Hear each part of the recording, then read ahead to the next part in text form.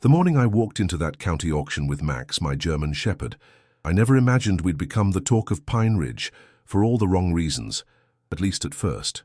The autumn air was crisp, carrying the scent of burning leaves and diesel exhaust from the farm equipment scattered across the lot. Max had been my constant companion for 8 years, ever since my wife Eleanor passed from the cancer that took her too quickly, too quietly, and he had this uncanny ability to sense things before I did. His ears would twitch at sounds I couldn't hear. His nose would lead him to corners I wouldn't have thought to explore, and that day he kept pulling me toward a rusted shipping container sitting in the back corner of the lot, barely visible behind a stack of farm equipment that looked like it hadn't run in decades. The container stood there like a forgotten monument to commerce, its corrugated steel sides telling stories of ocean crossings and rail yard transfers in the language of rust stains and dented corners. The auctioneer, a thin man with tobacco-stained teeth and a voice roughened by years of calling bids, was practically giving it away, $50 for a 40-foot container that looked like it had been sitting in a field for decades, maybe longer. The other bidders, mostly local farmers and scrap dealers I'd known for years, laughed when I raised my hand. I heard someone behind me whisper, "Old Sam's finally lost it," and another voice added, "What's he going to do with that rust bucket?" Max's tail wagged as if he approved of our decision, and I trusted his instincts more than their judgment. There was something in his posture, the way he sat perfectly still while watching that container, that told me he knew something they didn't. Growing up on my grandfather's farm outside Tulsa in the 1960s, I learned that everything had value if you knew how to look for it. Those were different times, when a man's worth was measured not by what he could buy, but by what he could build, fix, or coax back to life. Grandpa Joe would take me through junkyards and abandoned barns, teaching me to recognize quality beneath rust and neglect.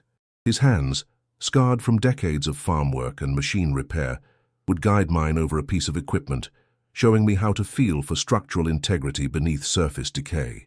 "Son," he'd say, his voice carrying the weight of experience earned through hardship and patience, "most folks see decay, but we see potential.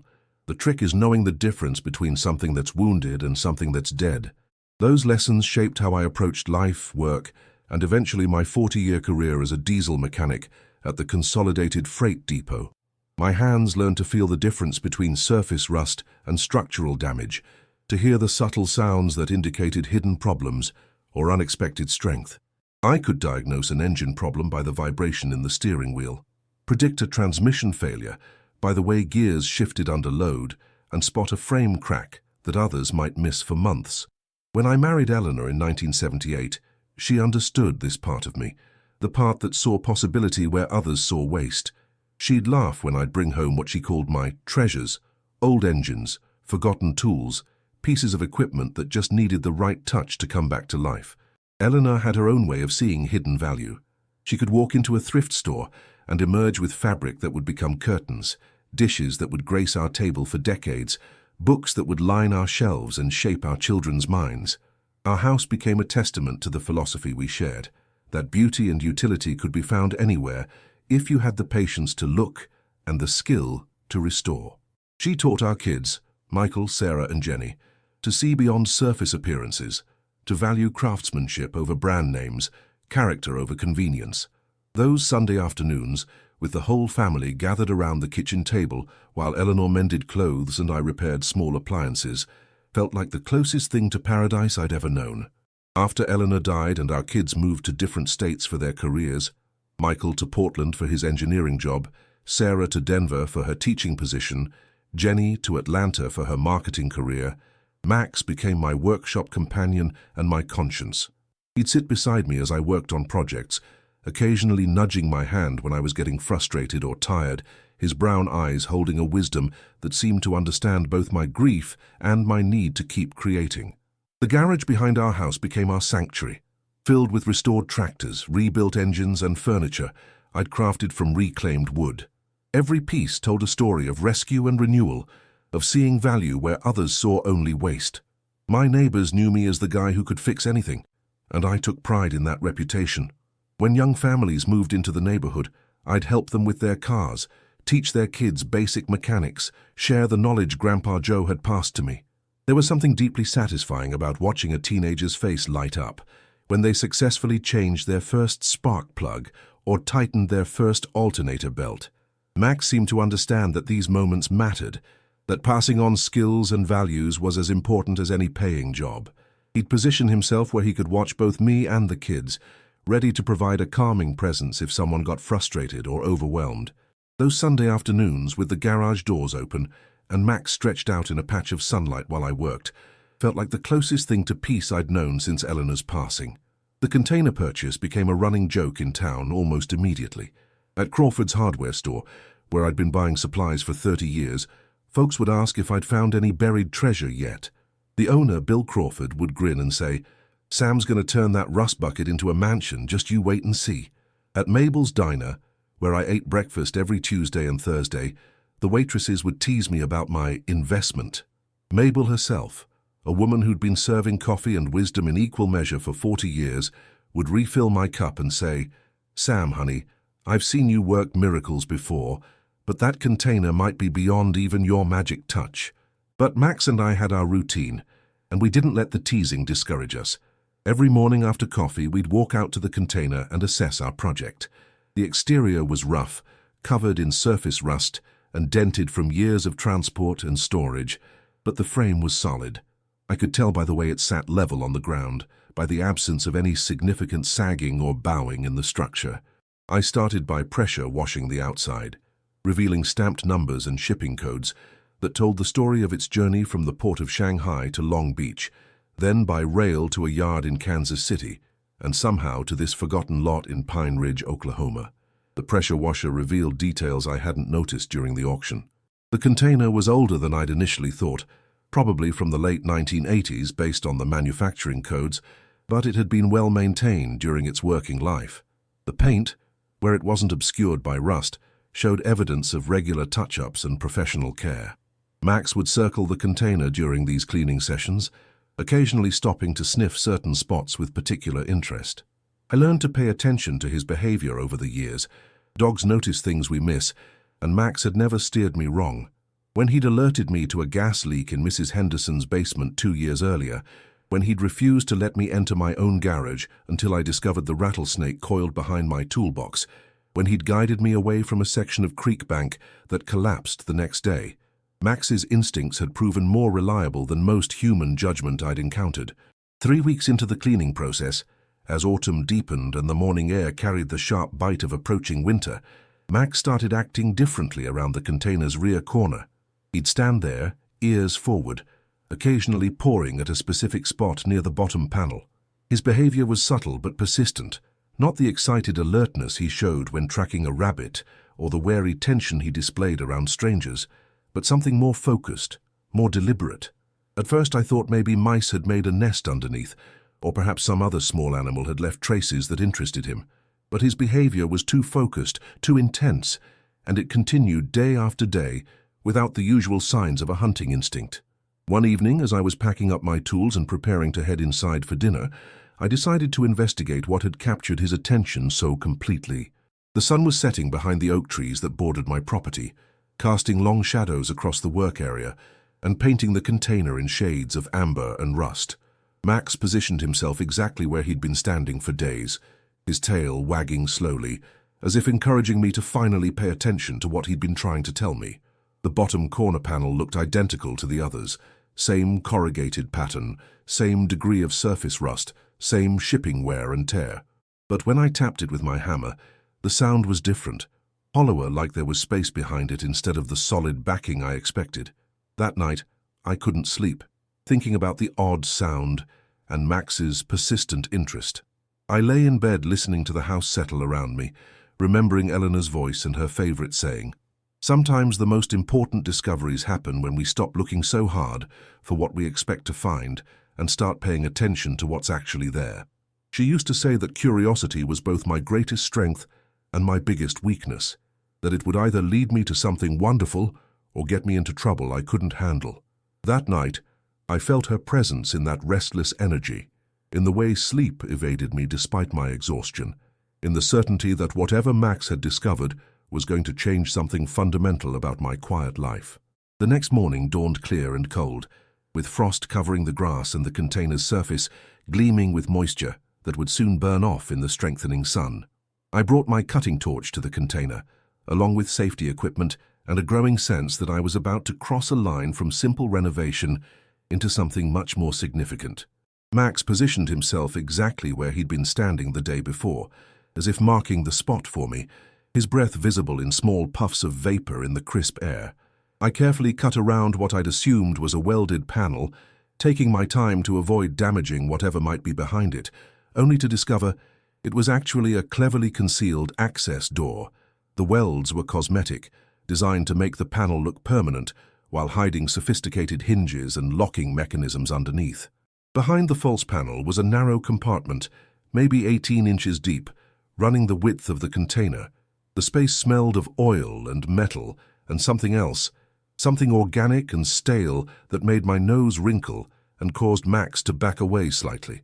My flashlight beam revealed wrapped bundles, metal cases, and what looked like rolled papers or documents, all carefully arranged and protected from moisture. My hands were shaking as I reached for the first bundle, and Max pressed against my leg, his warm presence steadying me as it had so many times since Eleanor's death. Inside the oiled cloth wrapping were stacks of $20 and $50 bills, more cash than I'd ever seen in one place, bound with rubber bands and organized by denomination. But it was the metal case that changed everything. The case was military-style, waterproof and locked, but the lock had corroded enough that I could force it open with a screwdriver and some careful pressure. Inside were photographs, documents, and what appeared to be military records from World War II, all bearing the name Heinrich Weber, and stamps from various POW camps and military installations. The photographs made my stomach turn. They showed Nazi officers in uniform, concentration camp guards posing for pictures, and scenes of brutality that I recognized from history books but had never seen in such personal, immediate detail. There were also modern additions to the collection that told a more complex and disturbing story. Bank routing numbers written on index cards, social security cards bearing different names but the same photograph, correspondence dated as recently as 2018, and detailed maps of various American cities with addresses marked in red ink. As I sorted through everything in my garage, with Max lying watchfully by the door and occasionally lifting his head to check the windows, I realized I wasn't looking at some random war memorabilia collection or historical curiosity. This was documentation of a Nazi war criminal who had been living under assumed identities, possibly right here in Oklahoma, possibly for decades. The final piece of the puzzle was a leather journal written in German, its pages yellowed with age and filled with cramped handwriting in fading ink. Though I couldn't read German, I recognized enough words and proper nouns to understand that this was some kind of confession or memoir. Names of concentration camps, dates that corresponded to major wartime events, and detailed descriptions of what appeared to be escape routes and safe house locations throughout South America and eventually the United States. The journal chronicled not just war crimes, but decades of careful planning to maintain false identities, evade justice, and build new lives on top of buried atrocities. For 3 sleepless nights, I wrestled with what I'd discovered. My garage, which had always been a place of peace and productivity, felt different now, contaminated by the presence of these documents and the knowledge they contained. Part of me wanted to rebury everything, to return to the simple life of fixing engines and walking Max through quiet streets. But Eleanor's voice seemed to whisper through my memories, reminding me of stories she'd shared about her grandfather who had died at Buchenwald, about family members who never returned from the camps, about the importance of bearing witness to injustice, even when, especially when, it was easier to look away. Max seemed to sense my internal struggle, staying closer than usual, his eyes following me with an intelligence that sometimes felt almost human. He had positioned himself between me and the hidden documents, as if protecting me from something he understood was dangerous, but he never tried to lead me away from the garage entirely. Instead, he seemed to be offering his presence as support, his steady breathing and warm weight against my legs serving as an anchor when my thoughts threatened to spiral into paralysis or denial. On the 4th morning, I made my decision. I called the FBI office in Oklahoma City, spoke with Agent Martinez, and explained what I'd found in terms that probably sounded crazy, but were nonetheless true. She listened without interruption, asked several pointed questions about the condition and authenticity of the documents, and told me she'd be there that afternoon with a team of specialists. I spent the morning organizing everything carefully, photographing each item before placing it back in protective wrapping, creating an inventory that would help investigators understand the scope of what I'd discovered. Agent Martinez arrived that afternoon with a team of specialists, historians, forensic experts, and investigators who treated my garage like a crime scene and my discovery like evidence in a case they'd been building for years. As they documented everything with professional cameras and specialized equipment, she explained that they'd been tracking this particular war criminal for 15 years. Heinrich Weber had been on their most wanted list since the 1990s, when survivors had identified him from photographs as a guard who had participated in mass executions at multiple concentration camps. The media attention that followed was overwhelming and intrusive in ways I hadn't anticipated. News crews camped outside my house, their satellite trucks blocking my driveway and turning my quiet street into a carnival of cameras and reporters. Journalists called at all hours, some respectful and others pushy, all wanting the story of the grandfather and his dog, who had accidentally uncovered one of the last hidden Nazi war criminals in America. Neighbors who had mocked my container purchase now wanted interviews about my treasure hunting instincts and my incredible luck, missing entirely the moral weight of what I'd actually found. But the real story was quieter, more personal, and far more significant than the media circus suggested. Agent Martinez told me in a private conversation away from the cameras that Heinrich Weber had been living in Tulsa under the name Henry Warner, just 60 miles from where I grew up. He died 2 years earlier of natural causes, having lived a long and apparently comfortable life, while his victims' families spent decades seeking justice that would never come. His network of supporters, fellow Nazi sympathizers and profiteers who saw opportunity in historical artifacts, had hidden his documentation and stolen artifacts in the container, hoping to profit from selling them to private collectors who specialized in Third Reich memorabilia. My accidental discovery had led to the arrest of 3 accomplices and the recovery of items stolen from Jewish families across Europe: jewelry, artwork, religious artifacts, and personal documents that families had been seeking for generations. The reward money was substantial, more than I'd ever imagined earning in a single year, but more important was a letter from the Simon Wiesenthal Center, thanking me for helping ensure that justice, however delayed, was finally served, and that evidence of atrocities would be preserved for future generations who needed to understand the reality of what had happened. What surprised me most was how the discovery changed my relationship with the community and my understanding of my own place in the larger world. The same people who had laughed at my container purchase now saw me differently, not as an eccentric old mechanic with too much time on his hands, but as someone who had stumbled upon history and chosen to do the right thing despite the personal cost and public scrutiny. Young people started visiting my garage, asking not just about mechanical work, but about the war, about making difficult moral choices, about the importance of paying attention to details that others might miss. Max became something of a local celebrity too, though he handled the attention with typical canine dignity, accepting pats and treats from visitors while maintaining his primary loyalty to me and our daily routines. Children would ask to meet the dog who found the Nazi treasure, though I always corrected them gently but firmly. Max had found evidence of justice delayed, not treasure in any meaningful sense. He had discovered documentation of humanity's capacity for both evil and the persistent hope for accountability, even across decades and continents. The months following the discovery brought a sense of completion I hadn't expected, a feeling that Eleanor would have been proud of the choice I'd made and the way I'd handled the consequences. I used part of the reward money to establish a scholarship at the local community college for students studying history or criminal justice, ensuring that future generations would have the tools and knowledge necessary to recognize and confront injustice wherever they found it. The container itself, after being thoroughly investigated and cleared by federal authorities, became a workshop where I teach basic mechanics to teenagers whose families can't afford formal training. These teaching sessions have become some of the most meaningful work I've ever done. Max still accompanies me to these sessions, and I often tell the kids about the importance of trusting their instincts, of looking beyond surface appearances, of understanding that every piece of metal, every forgotten object, Every dismissed corner might hold something significant. These lessons feel like the most important legacy I can leave, more valuable than any inheritance or material possession.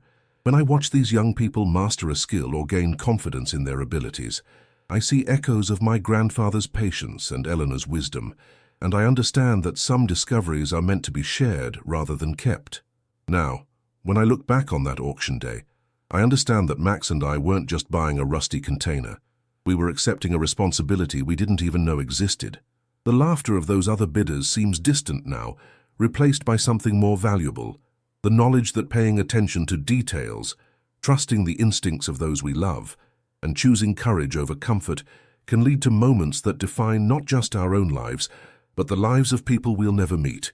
Every morning as Max and I walk through our neighborhood, I'm reminded that the most important discoveries often happen when we're brave enough to investigate what others ignore, when we're willing to act on what we find, and when we understand that justice, like friendship, is worth whatever price we're asked to pay. The experience taught me that heroism isn't about seeking out grand gestures or dramatic confrontations. It's about recognizing significant moments when they arrive unexpectedly and having the moral courage to respond appropriately, even when the easier choice would be to walk away. Max, with his simple loyalty and keen instincts, showed me that sometimes the most profound discoveries require nothing more than patience, attention, and the willingness to trust that there's more to any situation than what appears on the surface. In the end, that rusted container held more than documents and artifacts. It contained a test of character that I'm grateful I didn't fail, and a reminder that the most meaningful treasures are often the opportunities to do what's right, especially when no one would blame you for doing nothing at all. Have you ever found yourself in a situation where doing the right thing meant stepping into the unknown, where a small decision led to consequences you never could have imagined? I'd love to hear your story because I've learned that we all carry pieces of history with us, and sometimes the most ordinary moments become extraordinary when we have the courage to pay attention to what others might overlook.